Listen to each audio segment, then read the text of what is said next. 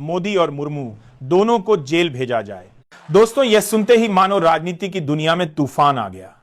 TV channel पर breaking news चलने लगी, सोशल मीडिया पर हर जगह यही चर्चा, ट्विटर, फेसबुक, इंस्टाग्राम, हर जगह सिर्फ एक ही सवाल था कि क्या वाकई प्रधानमंत्री और राष्ट्रपति जेल जाएंगे।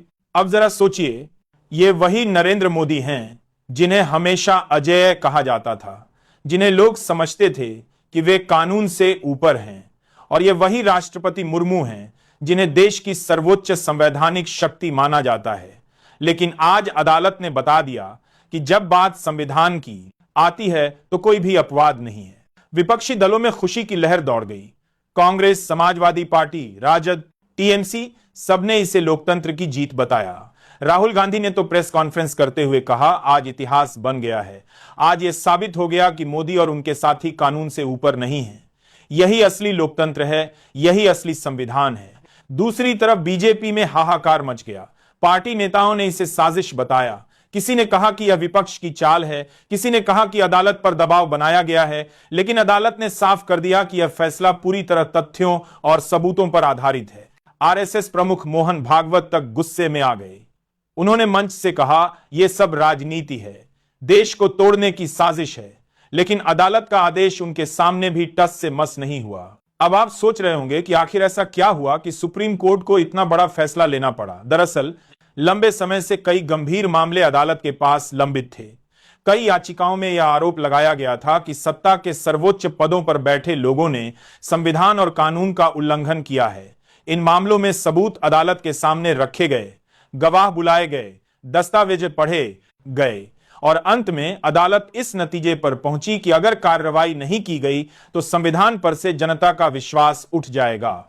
अदालत ने अपने आदेश में लिखा, हम यह साफ कर देना चाहते हैं कि इस देश में संविधान सबसे बड़ा है, इस देश में जनता सबसे बड़ी है। अगर प्रधानमंत्री और राष्ट्रपति भी कानून तोड़ते हैं तो उन्हें भी आम नागरिक की तरह जवाबदेह ठहराया जाएगा। जेल जाना पड़े तो जेल जाना पड़े, कोई अपवाद नहीं।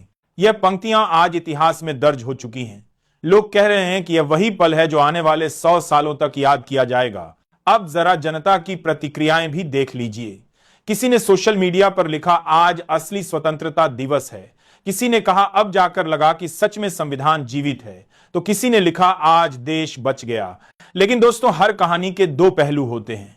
एक तरफ लोग इस फैसले का स्वागत कर रहे हैं, वहीं दूसरी तरफ कई लोग कह रहे हैं कि यह फैसला राजनीति से प्रेरित है। उनका तर्क है कि अदालत को इतना बड़ा कदम नहीं उठाना चाहिए था। खैर, इस सबके बीच सबसे बड़ा सवाल यह है कि आगे क्या होगा। क्या वाकई मोदी और मुर्मू को जेल जाना पड़ेगा? क्या राष्ट्रपति के पद पर बैठे व्यक्ति को जेल भेजा जा सकता है? और अगर हां, तो यह भारतीय राजनीति के लिए कितना बड़ा झटका होगा? कानून के जानकारों का कहना है कि यह फैसला अभूतपूर्व है। पहले कभी ऐसा नहीं हुआ कि देश के प्रधानमंत्री और राष्ट्रपति दोनों को एक साथ अदालत ने कटघरे में खड़ा किया हो। विपक्षी दलों को यह मौका मिल गया है। वे इसे जनता के सामने सत्ता का पतन बताकर पेश कर रहे हैं। वहीं बीजेपी के नेता अब रणनीति बनाने में जुट गए हैं कि कैसे इस फैसले को पलटा जाए। लेकिन अदालत ने साफ कर दिया कि आदेश अंतिम है। दोस्तों, यह सिर्फ एक कानूनी मामला नहीं है, यह उस लोकतंत्र की जड़ों को मजबूत करने वाला फैसला है जिसमें बराबरी सबसे अहम है। अदालत ने कह दिया कि आम नागरिक और बड़े नेता सब कानून के सामने बराबर हैं। यही संविधान की आत्मा है। इस फैसले ने कई नेताओं की नींद उड़ा दी है।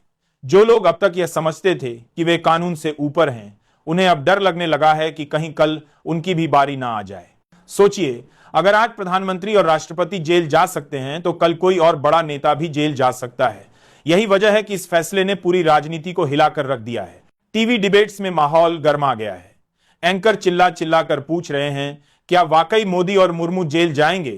क्या यह लोकतंत्र की जीत है या लोकतंत्र का अंत? लोग बहस कर रहे हैं, झगड़ रहे हैं, लेकिन सच्चाई यही है कि अदालत ने जो कर दिया वह अब इतिहास बन चुका है। आज का दिन भारतीय राजनीति का सबसे ऐतिहासिक दिन है। आज संविधान ने दिखा दिया कि वह किसी के सामने झुकेगा नहीं। दोस्तों, आप इस फैसले को कैसे देखते हैं? क्या यह लोकतंत्र की जीत है या राजनीति का खेल? क्या आपको लगता है कि मोदी और मुर्मू को वाकई जेल भेजा जाएगा या फिर किसी तरह यह मामला पलट दिया जाएगा? अपनी राय हमें कमेंट में जरूर बताइए।